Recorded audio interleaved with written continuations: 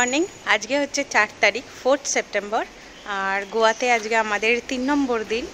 তো এখন আমরা বেরোচ্ছি সাইট সিনে। আজকে আমরা সকাল সকাল বেরোচ্ছি, এখন বাজে হচ্ছে 7:30। আমরা আজকে একটু তাড়াতাড়ি বেরোচ্ছি কেন কালকে আমাদের ফিরতে ফিরতে বেশ অনেকখানি লেট হয়ে গেছিলো আর রাস্তাতে প্রচুর গাড়ি ঘোড়া বেরিয়ে গেছিলো, তাই জন্য আমরা একটু সকাল সকাল বেরোচ্ছি কেন পার্কিংও সেরকম জায়গা পাচ্ছিলাম না, তো তাই জন্য আজকে একটু সকাল সকাল।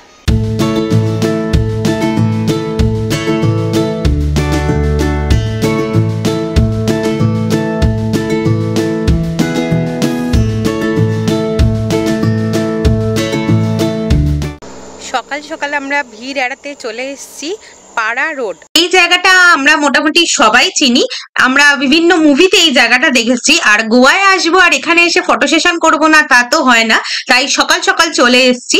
আর আমাদের হোটেল থেকে এখানে আসতে মোটামুটি টাইম লেগেছে ওই 7-8 মিনিট মতো। এখানে যদি তোমরা ফটো সেশন করতে যাও তাহলে কিন্তু তোমাদেরকে সকাল সকাল চলে আসতে হবে, কেন বেলা বাড়ার সাথে সাথে ভিড়টাও কিন্তু বাড়তে থাকে। আর আমরা এখানে কিছুটা টাইম কাটিয়ে তারপর বেরিয়ে গেলাম মরজিম বিচ যাওয়ার জন্য। আমরা এখন এসে গেছি মরজিম বিচে। পার্কিং এর জায়গা কিন্তু এখানে আমরা পেয়ে গেছি, আর বৃষ্টি পড়েছে বলে দেখো সামনেটা এরকম জল জমে রয়েছে, পরিষ্কার আর ফাঁকাও মোটামুটি। তো চলো একটু সামনে যাই।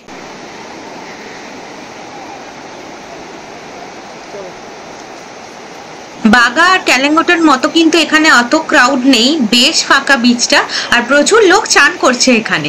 আর সকাল সকাল কিন্তু আমাদের কোনো পার্কিং চার্জ লাগেনি, ফাঁকা জায়গা দেখে আমরা গাড়ি ঠিকমতো রেখে দিয়েছি। জল কিন্তু মনে হচ্ছে আস্তে আস্তে বাড়ছে। এখন মনসুনের জন্য এখানকার গভর্নমেন্টের রুল অনুযায়ী সমস্ত বিচে কিন্তু চান করা যাচ্ছে না, কিন্তু এই মরজিম বিচে চান করতে পারো। এই মরজিম বিচেও কিন্তু কোনো শ্যাক নেই, তো এখন হয়তো সব জায়গাতেই শ্যাক বন্ধ, কেন সব জায়গাতেই বলছে অক্টোবরের 1 তারিখ 2 তারিখ থেকে শ্যাক চালু হবে। তো ওই টাইমেই আসলে সিজন টাইম চালু অক্টোবর থেকে, তো সেই জন্য হয়তো এই বিচে বা বাগা বিচ বলো ক্যালেঙ্গট বলো সব কিছুতেই সব বিচেই কিন্তু শ্যাক বন্ধ। আমরা মরজিম বিচ থেকে একটু কিছুক্ষণ এসেই আবার পৌঁছে গেছি ম্যান্ড্রেম বিচে। তো এখানে বিচে যাওয়ার রাস্তা আছে। জায়গাটা কিন্তু রাস্তার ওপরেও পার্কিং করার জায়গা আছে আর ভেতরেও কিন্তু পার্কিং করার জায়গা আছে। এই তো দেখো জায়গাটা এরকম, আর এর বাড়িগুলো সাইড দিয়ে কিন্তু বিচে যাওয়ার রাস্তা আছে। ম্যান্ড্রেম বিচে নাবার কিন্তু অন্য একটা রাস্তা আছে, সেটা আমরা এক্স্যাক্টলি খুঁজে পাইনি। আর যে জায়গাটা দিয়ে আমরা গেছিলাম সেখানে বাড়ির রাস্তাগুলো কিন্তু বন্ধ থাকার জন্য আমরা একদম বিচের সামনাসামনি যেতে পারিনি, তাই গাড়ি থেকে আরাম্বল বিচ যাওয়ার সময় কিন্তু আমরা এই বিচটাকে দেখলাম। আমরা এসে গেছি এখন আরাম্বল বিচ। এটাকে কিন্তু রাশিয়ান বিচও বলে, তো তোমরা রাশিয়ান বিচ বলেও সার্চ করতে পারো। এই দুটো কিন্তু একই বিচ, আর এই বিচে কিন্তু সব থেকে বেশি তোমরা ফরেনার্স দেখতে পাবে। আর এই বিচে তো দেখছি অন্য বিচে যেমন আমরা শ্যাক দেখতে পাচ্ছিলাম না, বাট এই বিচে অনেকগুলো শ্যাক রয়েছে পরপর, আর সবগুলো কিন্তু ওপেনও রয়েছে। এই দেখো এতক্ষণ পরে আমি এইরকম জায়গা দেখতে পেলাম গোয়া। বাইরে কিন্তু কোনো দোকান খোলা নেই। এখানে আমরা শ্যাকগুলোতে জিজ্ঞেস করলাম, তো ওরা বললে একটু টাইম লাগবে, ব্রেকফাস্ট রেডি করে দেবে, তাই আমরা ততক্ষণ কিন্তু এই সমুদ্রের ভিউ এনজয় করি আর ব্রেকফাস্টটা এখানেই অর্ডার দিয়ে দিই। আর এখানে কিন্তু পার্কিং এর বেশ বড় জায়গা আছে, আর আমাদের কিন্তু এখানে কোনো পার্কিং চার্জ লাগেনি। অন দ্য বিচ যে রেস্টুরেন্ট থাকে আর শ্যাকের দামের ডিফারেন্স কিন্তু সব জিনিসেরই বেশ অনেকখানি থাকে। শ্যাকে একটু দাম কম থাকে, বিশেষ করে ককটেলের দাম কিন্তু শ্যাকে অনেকটাই কম থাকে। আমরা ব্রেকফাস্টে অর্ডার দিয়েছিলাম চিকেন ক্লাব স্যান্ডউইচ আর চকলেট মিল্কশেক। আমরা আরাম্বল বিচেই ব্রেকফাস্ট করে নিলাম, আর এখন আমরা যাচ্ছি তিরাকোল ফোর্ট। যার দোকানগুলো বন্ধ ছিল এখন আস্তে আস্তে দোকানগুলো খুলে যাচ্ছে, 11টা মতো বাজে। আমরা এখন এসছি তিরাকোল ফোর্ট। জায়গাটা কিন্তু বেশ ফাঁকা, গাড়ি রাখার অনেকটাই জায়গা আছে। আমরা গাড়ি রেখে এলাম এখানটা সামনেটা। আর এই ফোর্টে ঢোকার ঠিক আগেই এখানে গোয়ার যারা ফ্রিডম ফাইটার্স আছেন তাদের জন্য কিন্তু এখানে একটা স্মৃতিসৌধ মতো বানানো রয়েছে। আমরা ভেতরে ঢুকে জানতে পারলাম এই তিরাকোল ফোর্টে কিন্তু এখন একটা হোটেল বানিয়ে দেওয়া হয়েছে। সেটা কিন্তু বেসিক্যালি কারণ হচ্ছে ফোর্টের মেইনটেনেন্সটাকে ঠিকঠাক রাখার জন্য। আর বাইরের ভিজিটার্স কিন্তু অ্যালাউ, তবে তাদেরকে এখানে সাইন করে টাইম লিখে ভেতরে ঢুকতে হবে।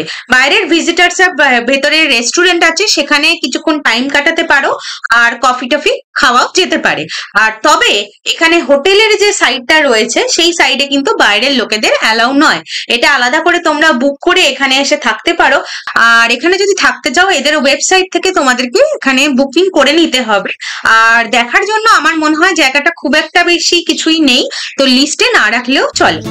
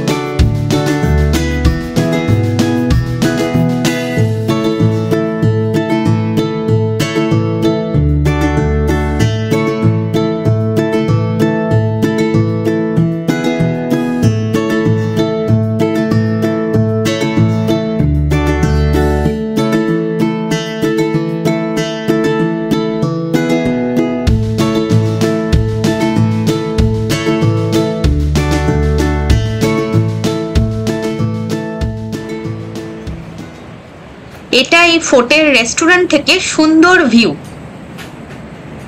এখন বেজে গেছে ওই 1টা মতো। আজকে কিন্তু আমাদের লাঞ্চ করার কোনো প্ল্যান নেই, আমরা এত হেভি ব্রেকফাস্ট করে ফেলেছি। এখন যাচ্ছি হচ্ছে থ্রি কিংস চার্চ, আর সেখানে যাওয়ার জন্য এই ব্রিজের শেষে কিন্তু একটা চেকপোস্ট আছে, কেন গোয়া শেষ করে আমরা থ্রি কিংস চার্চের জন্য মহারাষ্ট্রের ভেতরে ঢুকবো।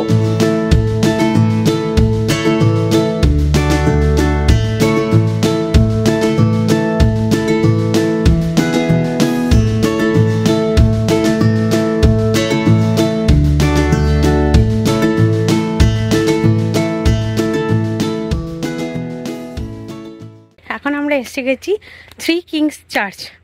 তো এটা হচ্ছে নাকি গোয়ার হরার চার্চ। তো চলো যাওয়া যাক। এই নিচে গাড়ি রেখে আমরা এখন সিঁড়ি দিয়ে ওপরে যাচ্ছি। তো চলো ওপরে যাওয়া যাক।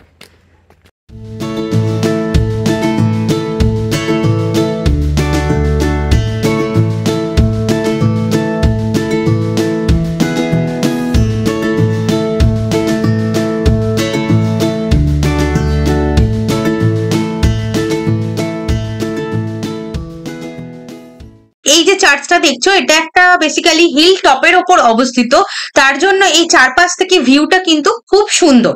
এই চার্চটি গোয়ার একটি হন্টেড চার্চ বলে পরিচিত, তবে জায়গাটা অনেকটা বেশ ফাঁকা। তবে জানি না সিজন টাইমে ভিড় কতটা থাকে, আমরা অফ সিজনে এসছি হয়তো সেই জন্য জায়গাটা ফাঁকা লাগছে। আর ওপরে বেশ কয়েকজন লোক ছিলেন, পার্কিং এও একটা গাড়ি ছিল। তবে ভুতুরে ব্যাপার স্যাপার এখানে কি আছে সত্যি আমি জানি না, কিন্তু ফাঁকা জায়গা দেখে প্রেমিক প্রেমিকার ভিড়টা কিন্তু এখানে আছেই। ওপরে সিঁড়ি দিয়ে এসে কিন্তু এত সুন্দর আমরা ভিউ দেখতে পাচ্ছি। দূরে একটা রাস্তা যাচ্ছে যেখানে গাড়িগুলো ছোট ছোট লাগছে। এই যে এখান থেকে দূরে রাস্তা যাচ্ছে, এইদিকে হচ্ছে ট্রেন দাঁড়িয়ে রয়েছে স্টেশন, আর এ পাশটা পুরোটাই একদম জঙ্গল। সব কিছু একদম ছোট্ট ছোট্ট লাগছে দেখতে, আর চারিদিকে শুধু নারকেল গাছ আর নারকেল গাছ। ক্যামেরায় সত্যি এই ভিউটাকে তো বোঝানো যাচ্ছে না। তো যদি গোয়ায় আসো তাহলে কিন্তু অবশ্যই এই জায়গাটায় এসো। আর তার সাথে রয়েছে কিন্তু এই চার্চ। আমরা থ্রি কিংস চার্চ থেকে বেরিয়ে গেছি, আর এখন আমরা যাচ্ছি লেডি অফ রেমেডিস চার্চে। আর থ্রি কিংস থেকে মোটামুটি লেডি অফ রেমেডি ওই 8 কিলোমিটার মতো, তো 20 মিনিটের মতো টাইম লাগবে। আর তারপরে আমরা কিন্তু বিচেও যাব।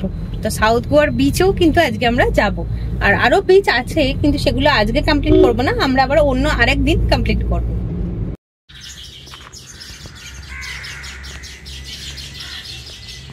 এখন আমরা এসে গেছি লেডি অফ রেমেডিস চার্চে। তো জানি না খোলা না বন্ধ, তো চলো একবার ঢুকে ভেতরে যাই। ওদিক দিয়ে যাচ্ছ কেন?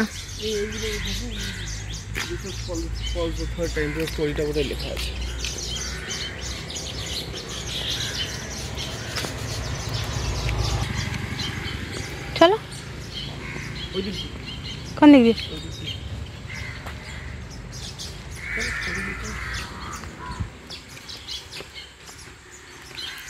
হ্যাঁ, নৌকাটা কি সুন্দর লাগছে না?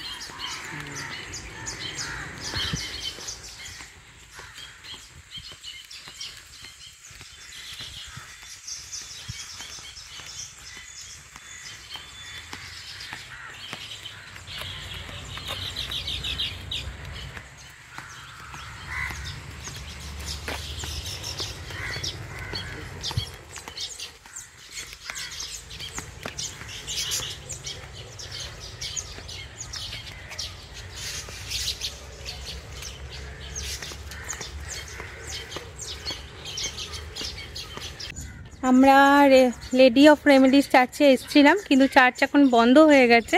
আর জায়গাটা কিন্তু ফাঁকা আর খুব সুন্দর। তোমরা যদি ফাঁকা শান্তশিষ্ট জায়গা পছন্দ করো তাহলে কিন্তু অবশ্যই প্রেফারেন্স রাখবে হচ্ছে সাউথ গোয়াতে। সেটা এখানে থাকতেও পারো, আবার এখানের সমস্ত জায়গা ঘুরে দেখতে পারো।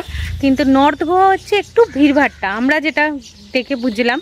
আর আমরা দুটোই রয়েছি, আমরা বেসিক্যালি রয়েছি হচ্ছে বাঘা বিচে নর্থ গোয়াতেই।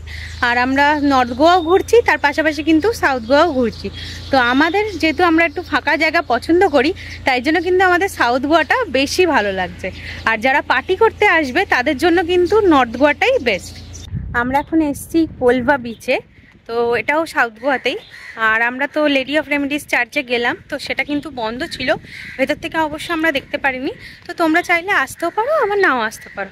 আমার মোটামুটি লেগেছে। আর কোলভা বিচ মোটামুটি লেডি অফ রেমেডিস থেকে 8 মিনিটের মধ্যেই আমরা পৌঁছে গেছি। এই বিচটায় বেশ অনেকটাই ভিড় রয়েছে, আর চারপাশে কিন্তু প্রচুর খাবার দোকান আছে। আর বেসিক্যালি এখানে বাস স্ট্যান্ডও রয়েছে, তোমরা যদি মাঠগাঁও যেতে চাও তো বাস স্ট্যান্ডেও এখান থেকে বাস ধরতে পারো। আর বেশ অনেক লোক রয়েছে, আর সুন্দর সাজানো বিচটা।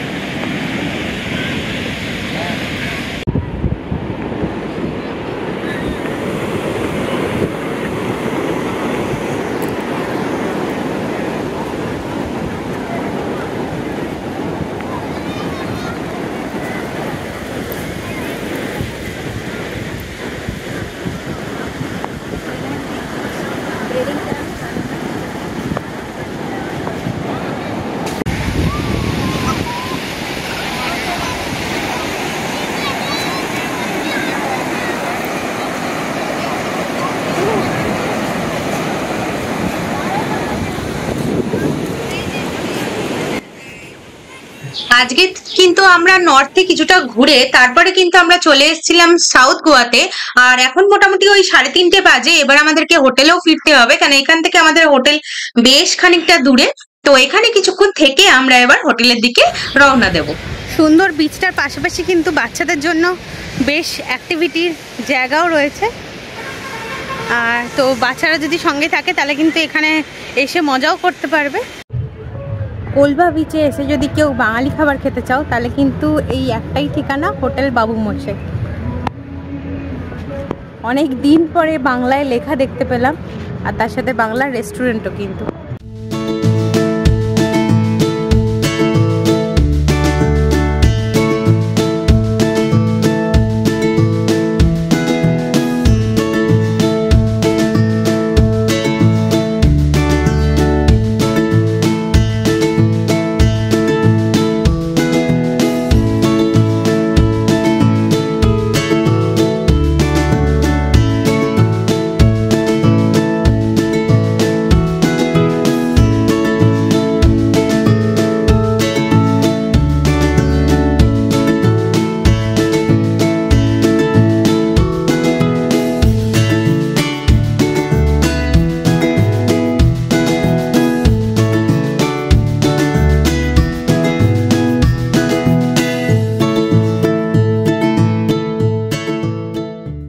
আজকে আমাদের ডিনারটা কিন্তু একটু তাড়াতাড়ি করতে হচ্ছে, কেন লাঞ্চ আমরা বেসিক্যালি স্কিপ করেছিলাম, তাই হোটেলে ফিরে 1 ঘন্টা একটু রেস্ট নিয়েই আমরা কিন্তু বেরিয়ে পড়েছি আজকে ডিনার করতে। আর আজকে আমরা ডিনার করতে এসেছি এই ক্যালেঙ্গোট বিচের রত্নাসাগরে। আর এখানে আমরা আউটসাইড সিটিং এ বসেছি, আর সামনেই দেখা হচ্ছে সুন্দর সমুদ্র। ডিনারের শেষে কিন্তু আমরা কিছুক্ষণ টাইম কাটালাম এই ক্যালেঙ্গোট বিচে। এখানেও কিন্তু বেশ অনেকগুলো রেস্টুরেন্ট রয়েছে এবং বিচটা কিন্তু খুব সাজানো গোছানো। ক্যালেঙ্গোট বিচ থেকে আমাদের হোটেল কিন্তু খুব একটা দূরত্বে নয়, ওই হাঁটা পথে 15 মিনিট লাগবে। তাই আমরা হাঁটতে হাঁটতে আর এই দোকানপাট দেখতে দেখতে হোটেলে ফিরছি, তার মাঝখানে টুকটাক শপিংও কিন্তু করে নেব। আর যদি ভিডিওটা ভালো লেগে থাকে তাহলে অবশ্যই লাইক, শেয়ার এবং কমেন্ট করো। আর সবাই সুস্থ থাকবে এবং ভালো থাকবে, আর আমার চ্যানেলটাকে অবশ্যই সাবস্ক্রাইব করে দিও। এর পরের দিন আমরা কি করলাম সেই ভিডিও কিন্তু আসছে খুব তাড়াতাড়ি।